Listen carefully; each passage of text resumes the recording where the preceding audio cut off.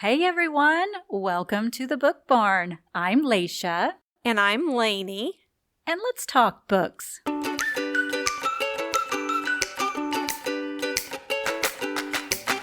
Laisha, have you been reading on all these rainy days? Ooh, I have not so much. I did just finish one book and I loved it. But you know what? I think we are going to save that one for a special episode coming up. So I'm going to skip that one today. I'll tell you the name of the book. It was How to Read a Book by Monica Wood. And it was very good. And I think I'm talking you into reading it too. I have it on my hoopla list. Okay. All right. So what about you? What have you been reading? Well, I started out this month reading A Sky Full of Love by Lorna Lewis. Uh-huh. And you actually helped me get that title. I did not realize that you could get free books on Amazon. Oh, you can. I hate for this to turn into an Amazon commercial because we love to support our independent bookstores. But if you have Amazon Prime, if you keep an eye out for those Amazon First Reads, you can get a free title every month, sometimes a bonus short read along with that. So I clued you into that and you were able to go and grab this one for free. I did. And we both started out reading it. You just didn't finish yet. I just didn't finish yet. That's okay. I liked it all right, but it wasn't moving along for me as fast as I was wanting. So I kind of switched gears and I'm not sure that I'm going to totally abandon it, but I have put it aside for now. What did you think about it? So the book is called A Sky Full of Love by Lorna Lewis, and it starts out pretty intense because the main character, she is taken. Mm-hmm. And she's held captive for years, many, many years. 15 years. And her captor ends up dying. And this all happens in the first couple chapters. And his family, the captor's family, finds her and she goes back to her family. But it's been 15 years. And so many things have happened. Right. She has a teenage daughter now. She had a toddler when she disappeared. Right. Missed so much. Yeah. And her husband is remarried. He looked for her for a very long time, but 15 years he thought she was dead. And her father has died. And I don't want to give a whole lot more away, but the majority of the book is her trying to find herself again. Yeah. So I did like it. I gave it a 3. Okay. I say it's good. All right. Worth the read. I think I will pick it up. I can't remember. I think I had made it about 40% in. And so I'll probably pick it back up at some point. Okay. And I also finished on audio the book called The Friend Zone by Abby Jimenez. How do you say her last name? Jimenez. It's a romantic comedy. It's about a young lady. She has a minor little accident with a very good-looking guy. And it turns out that this guy is in her best friend's wedding, the best man. And they become very good friends. He has made it very clear that he wants children in the future. And she can't do that because of some female issues. And so even though they both feel the sparks, she tries to stay in that friend zone. And I'm going to leave that one there. But I liked it. Again, I would give it a 3. Okay. So right. Good, but I've read better.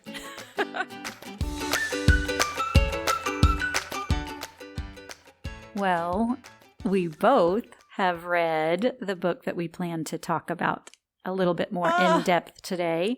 Different level of book. Yeah. So we both read The Echo of Old Books by Barbara Davis. I read it first and I recommended that you read it and you took that and ran with it. I did. So I was looking for a book to buy for all of my daughter-in-laws for Christmas. And you spoke so highly of this book. I thought, this is the one. And so I purchased 4 copies, one for myself and then one for each of my daughter-in-laws. And I gave it to them for Christmas with a little note inviting them to be on one of our episodes. Yay. Yay. And 2 are joining us here in just a little bit. My other daughter-in-law was unable, but she did send us some answers to a few questions. Oh, good. Good. So we'll get to hear from all 3 of them on what they thought about this. Well, I hope that they love it because it's been one of my favorites. Now, I will admit that it has been long enough that I do remember loving the book, loving her writing. I know that there were so many quotes and lines that I thought her use of language was just so exquisite. I remember the main plot, but some of those little details. Details I'm not sure that I can remember. So you guys may have to fill me in on that. And honestly, it has been since December since I've read it. Oh, yeah. And so it's a little older for me. But it took the girls a little longer. They're mothers. They work. So we just waited till they were all finished before we decided to call them. Yeah, which is understandable. Absolutely. I know how life gets.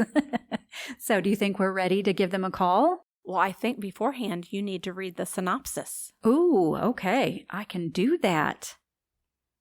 Rare book dealer Ashlyn Greer has a unique gift. She can sense the emotional imprints left behind in old books. When she finds 2 unpublished volumes with incriminating inscriptions and conflicting accounts of a tragic romance, her curiosity turns into an obsession. Let's give them a call. All right. Hello? Hi, Sarah. It's the Book Barn. Can you hear us okay? Yes, I can.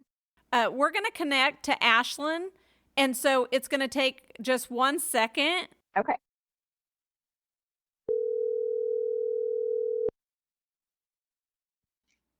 Hello? Can you hear me? I can. Can you hear us Okay. all right? Yes, sorry.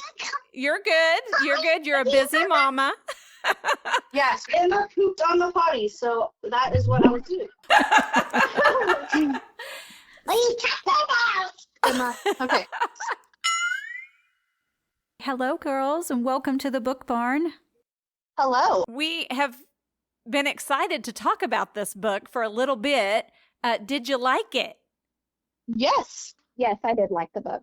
Good. So Ashlyn, our character in the book, she is able to actually feel the lingering emotions that cling to old books. What emotions would she pick up on your latest reads if she held your copies of the books?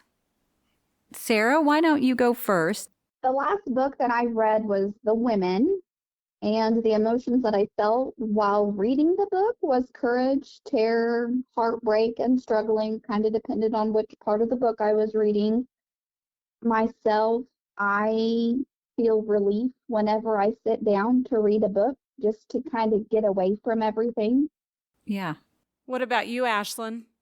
So my last book probably was trying to think. I read the first book of the Court of Thorns and Roses, and really enjoyed it. But like my emotions were probably a lot of exhaustion. I just had a baby, so pretty tired here. But a nice escape from my busy reality. Sure. And going back to The Women, I also listened to that one, but I too was finishing out a school year when I listened to that one. And so I bet my echoes would be that of, am I going to get everything done? A little sadness because I'm losing a class, but a little excitement too because summer break was on its way. So, yeah. Laisha, what about you? Ooh. I just finished How to Read a Book, and I loved that book, and I read it in my downtime, so I was nice and relaxed probably, and I really enjoyed the book itself, so I think she'd get a feeling of contentment from me while I was reading it. I did get answers to our questions from Daniela, and she said, the most recent book I read was a very depressing, dramatic play set after World War II, so she'd probably feel some pretty sad feelings, she said, unfortunately. How did you girls feel about the mysterious pair of anonymous author books? Which perspective did you enjoy reading the most, Hemi, Belle, or Ashlyn? Sarah, you can go first. I can't say that I had a favorite. I liked all the perspectives, and I think all of the perspectives really made up the book. So, yeah, I don't have a favorite. I agree with that. I loved them all. Yeah. What about you, Ashlyn? I really enjoyed Ashlyn's point of view, just like the mystery behind it and trying to solve it. That tends to be more of the books I go for. So I think I really enjoyed that part. See, and Daniela said that she equally liked Hemi and Belle's parts, but sometimes she felt like she wanted to skip Ashlyn's to get back to them. So that's funny. I liked Hemi's writing about the belle of the ball, and I loved when Dee sent all of us that picture of her reading the book in the park in New York City. I bet that was pretty cool, reading about parties in New York City and actually being in that city as you're reading it. I bet that was pretty cool. So why do you think that Ashlyn was so motivated to track down the original authors of the book? And do you think that you would have invested that effort if you discovered them yourself? I think that Ashlyn wanted to bring closure to both of the lovers in the books. Ashlyn herself had a history of traumatic events in her life, which made her a little more empathetic person. As myself, I would have not even known where to start. Right. It just would have seemed like so much effort. But yeah, I think she thought that they did have some untold stories, so she needed to help finish that out. Yeah. What do you think, Ashlyn? I agree with untold stories for sure. I feel like she got invested because of her own failed relationship, and she wanted to find the closure that she never had. That's how I felt with that. Now, if it was me, I would probably go down the rabbit hole to solve it. I tend to latch on to unsolved stories and try to help figure out the endings. Yeah, I did think that probably she was just so intrigued. Okay. What genre would you place this book in? Is it historical fiction? Is it magical realism? Something else? What are your thoughts? Romance. That's what I said. Yeah, they were both storylines. The past and the present were both romances. So I agree. I had romance and historical fiction. Yeah. So if you could change anything about the plot, what would you tweak in this story? I think I wouldn't have changed the plot at all, but I did kind of struggle with the interaction they had with Cece. I wanted more of it. So I was a little bit disappointed that it was kind of pushed towards the end. I just made a note that if Belle had met Hemi at the train station, the story would have had a beautiful ending, I think. I know there's always things about books that you're like, why didn't that happen? Or why couldn't, but then we wouldn't have that tension and intrigue sometimes if, Well, and I know Ashlyn said to me, it was the ending that really raised the book rating for her. And so if they had met at the train station, that ending wouldn't have happened. Right. Yeah. So one of the main themes of the book is forgiveness. Which character do you think had the most to forgive? And could you forgive in that situation? I think Hemi had the most to forgive in the aspect that he was never given the opportunity to help raise his son and adopt a daughter. I'm a mom, so that part stuck out to me the most. I don't understand how keeping such a secret from another human being is possible. Raising your children and watching them grow is one of the most important jobs in the world. I would have a hard time forgiving in that situation. I put down myself that it was the baby and that she should have told him. That's what I put as well. So girls, would you recommend this book to another friend? Yes, I would. Yes. Good. Well, I loved it so much. So I'm glad that you guys ended up liking it, because when you were in the middle of it, I heard that maybe you guys weren't as big of fans. And I think that might be our age difference too. Possibly age difference. Dee did put an answer to that question. She said she would recommend it. She said it wasn't necessarily a life-changing read. Okay, we've got to hear a rating, girls. What do you think? I did 3 stars. I would absolutely recommend it, but it wasn't something I couldn't put down. Sure. I would say a 3 or 4 for the same reasons. When I finished reading it, I was all on board for a 5. And then we just finished a different book that I think I liked just a little more. And so I'm going to go with 4.5. Yeah, that's probably where I would stand with it too. But it was pretty close for a 5 for me. I know that this is difficult when you have kids running around. Thank you for taking the time to speak with us. We appreciate it. Yeah, thank the dads too. Yes. For letting us do this. It means a lot to me. So You're welcome. we'll just we'll talk to you again very soon. Sounds good. Thanks for having me. Bye-bye. Bye-bye. Bye. Well, that was fun. That was fun. We do have to share some beautiful paragraphs and lines from this book. I think I'll start if you don't care. That's fine.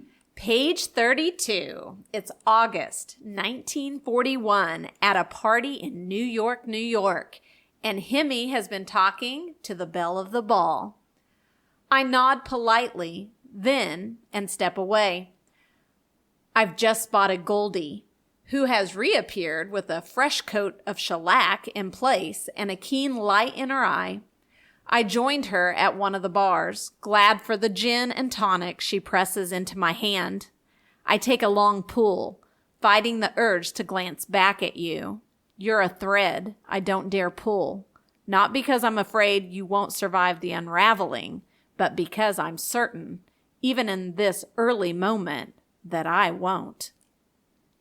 I love that one. Do you have one, Leisha? I do. I'm trying to find it. Sorry. Okay, so this is actually from page 41. So this is Hemi, and he says, people use the word breathtaking. No doubt I've used it myself, but it dawns on me as I watch you from behind my watered-down gin and tonic that I've never really truly grasped the meaning of the word. Until now, that is, when I suddenly find all the air has gone out of the room. There is a subtle shimmer about you, a play of light that seems to cling to your skin, and for a moment I fancy I can see the cold rising from you in silvery little waves, the way that heat rises from the pavement in summer. I feel an utter fool, a boy smitten. Preposterous, since I'm not a boy. Still, I cannot look away. You're ice and steel, insulated by your coolness, but your frosty exterior has the opposite effect on me. The pull of it, of you, so strong it feels like a threat. I remember that line. Isn't it amazing? And it's been a long time since I've read this book, but I remember that line because it was so amazing. I thought that was just beautifully written. Mwah! Chef's kiss. There was a quote in there from Henry Ward Beecher. Where is human nature so weak as in a bookstore? And I kind of agreed with that quote, but the thing that I loved about that is I know that writer, Henry Ward Beecher, because one of my favorite children's books also quotes him. That's always fun when you see something that you recognize that you're reading. Agree. So finally, from page 104, this was at the lake, and Belle asked Hemi if she could read his novel. And he said no. Well, this is actually what he said.